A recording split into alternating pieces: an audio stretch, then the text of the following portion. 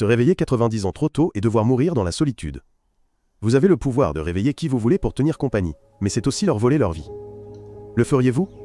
Quel est votre choix? Tout commence à bord du vaisseau spatial Avalon. Nous sommes en plein milieu d'un voyage de 120 ans vers une nouvelle planète, Homestead 2. Le vaisseau est entièrement automatisé, une machine parfaite. Les 258 membres D, équipage et les 5000 passagers sont en hibernation. J'en faisais partie. Mais un événement inattendu est survenu, une ceinture d'astéroïdes. Les boucliers du vaisseau ont commencé à faiblir, luttant pour résister. Le vaisseau fonçait droit sur un météore géant. Une collision terrifiante s'est produite, provoquant une cascade de dysfonctionnements. Et puis, l'une des capsules d'hibernation a eu un problème. Ma capsule. Je suis Jim Preston, un mécanicien. Quand ma capsule s'est ouverte, un système automatique m'a réveillé. Il m'a dit que j'avais dormi 120 ans et qu'il ne restait que 4 mois avant d'arriver à Homestead 2. 4 mois pour profiter de tous les services de luxe à bord. On m'a expliqué le bracelet d'identification, ma cabine et les divertissements. J était à la fois impatient et inquiet à l'idée de rencontrer tout le monde.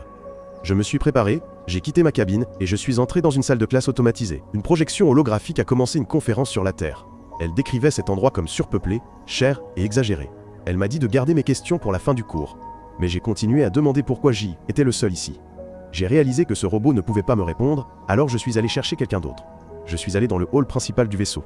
Il n'y avait personne, juste un comptoir d'information automatisé. J'ai demandé à parler à une vraie personne. Il m'a dirigé vers un hôte, mais sa chambre était aussi vide. Désespéré, j'ai demandé à parler au capitaine. Je ne pouvais pas accéder au poste de pilotage, mais je savais avec certitude que tout équipage principal dormait également.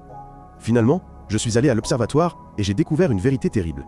Je, Messev, était réveillé 90 ans trop tôt. J'ai paniqué et je suis retourné au hall principal, envoyant un message à la Terre pour demander de l'aide. Le système a dit que j'attendrais environ 55 ans avant d'obtenir une réponse. Mon cœur était brisé. J'ai erré et j'ai trouvé le bar du vaisseau. Là, j'ai vu quelqu'un d'autre. Mais il y avait quelque chose de très étrange chez lui. Quand il est allé chercher un verre, j'ai découvert qu'il s'agissait d'un robot. Il s'appelait Arthur. J'ai essayé de lui demander plus d'informations, mais il ne pouvait pas comprendre pourquoi j'ai été là. Le lendemain, je suis allé au mess, et j'ai réalisé que presque tout était destiné aux passagers de première classe. J'ai bu mon café fade, et j'ai essayé de réparer ma capsule d'hibernation. J'ai trouvé tous les outils nécessaires, et je l'ai fait fonctionner. Je suis entré dedans, mais rien ne s'est passé. Désespéré, j'ai décidé de m'introduire dans la zone d'hibernation de l'aile équipage. Mais ce fut inutile. De nombreux petits dysfonctionnements ont commencé à apparaître dans tout le vaisseau. Je suis retourné au bar pour tenir compagnie à Arthur. Il m'a donné un conseil qui m'a décidé à m'introduire dans une chambre de première classe pour faire la fête. J'ai essayé tous les restaurants, tous les jeux et tous les systèmes de divertissement. Mais le temps passait, et je devenais de plus en plus misérable à cause de la solitude. Un jour, j'ai erré ivre, et j'ai trouvé une salle de stockage de combinaisons spatiales. J'en ai mis une, et je suis sorti dans l'espace. Le paysage extérieur m'a ébloui, d'une beauté à vous couper le souffle. J était le seul éveillé à pouvoir admirer ce moment. J'ai désactivé les aimants de mes chaussures et j'ai flotté dans l'espace, ressentant un désespoir extrême. Je suis retourné à l'intérieur, j'ai enlevé ma combinaison. Je suis retourné à la porte de ma cabine, nu. J'avais décidé de tout finir. Mais à la dernière seconde, je me suis arrêté. C'est là que je l'ai vue, Aurora. J'ai cherché son dossier et j'ai écouté son interview. Ja était tombé amoureux d'elle. Ensuite, je suis resté assis près de sa capsule, écoutant sa voix encore et encore. J'ai lu ses écrits. J'ai parlé d'elle à Arthur. Ironiquement, je suis venu ici pour une vie meilleure. Je me suis réveillé trop tôt et j'ai trouvé la femme parfaite, mais elle était hors de portée. J'ai réfléchi à l'idée de la réveiller. Mais même le robot Arthur ne pouvait pas comprendre cette situation délicate. Si je la réveillais, ce serait une condamnation à mort pour nous deux. Au début, j'ai décidé de ne pas le faire, mais le temps passait. Je ne pouvais plus le supporter. Et puis un jour, j'ai changé d'avis. Je l'ai réveillée. Pendant qu'elle se réveillait, je me suis précipité dans ma chambre. Un moment plus tard, je suis allé dans le hall principal, espérant la trouver, et elle était bien là. Elle était aussi confuse que moi un an auparavant. J'ai dit qu'il n'y avait que nous deux éveillés, et je l'ai emmenée à l'observatoire. Aurora a paniqué et a voulu retourner dans sa capsule d'hibernation. J'expliquais que nous ne pouvions plus retourner dormir, nous étions coincés. Nous sommes retournés dans le hall principal, je lui ai dit qu'elle devrait se reposer. Elle a eu pitié de moi, car j'avais vécu seul pendant plus d'1 an. Je suis retourné au bar, me sentant terriblement coupable. J'ai dit à Arthur de ne pas dire à Aurora que était moi qui l'avais réveillée. Le lendemain, Aurora est retournée dans le hall principal, demandant au comptoir d'information des informations sur sa capsule d'hibernation. Je suis arrivé et nous sommes allés prendre le petit déjeuner ensemble. Pendant que nous marchions, le comptoir d'information a eu un nouveau dysfonctionnement. Au mess, Aurora s'est rendu compte que j'avais mangé le même petit déjeuner pendant plus d'1 an. Elle m'a pris un repas de première classe et nous avons parlé de la réparation de la capsule. Contrairement à moi, Aurora N n'était pas encore prête à abandonner tout espoir. Elle a fouillé le centre médical à la recherche d'une solution. J'ai remarqué que de plus en plus de dysfonctionnements se produisaient sur le vaisseau.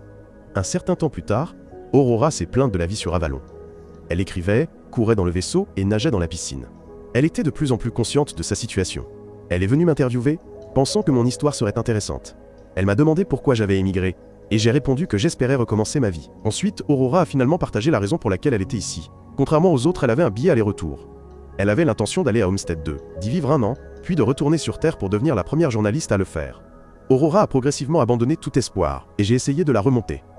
Je l'ai emmenée danser, voir des films, jouer au basket, et finalement rencontrer Arthur. Elle s'est détendue pendant un moment, jusqu'à ce qu'elle se souvienne de sa situation.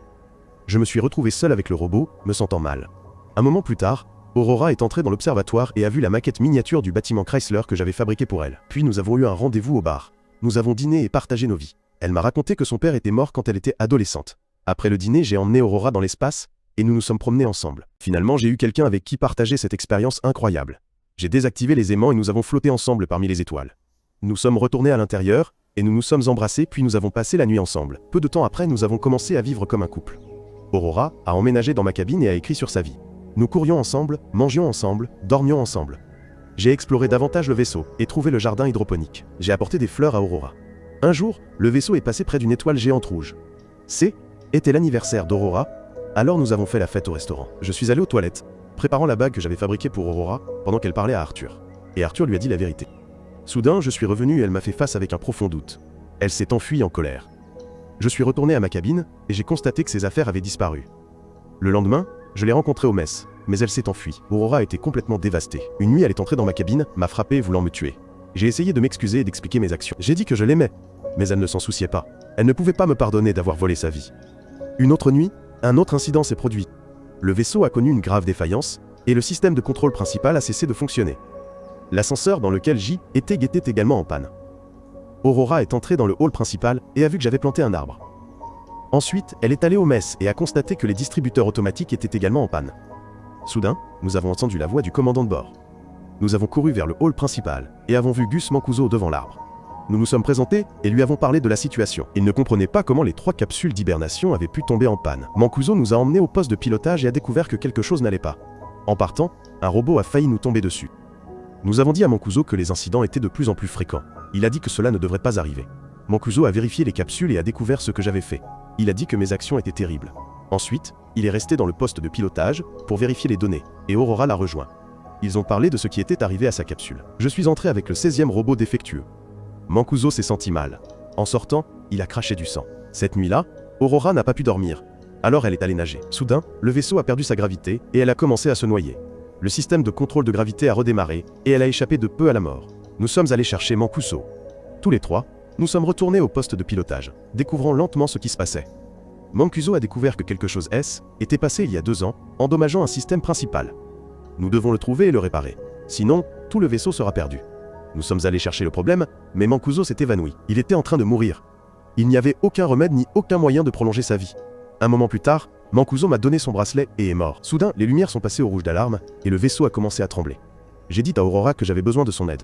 Nous sommes allés à la salle des machines, mais un autre incident s'est produit. Arthur était également défectueux et j'ai dû éteindre.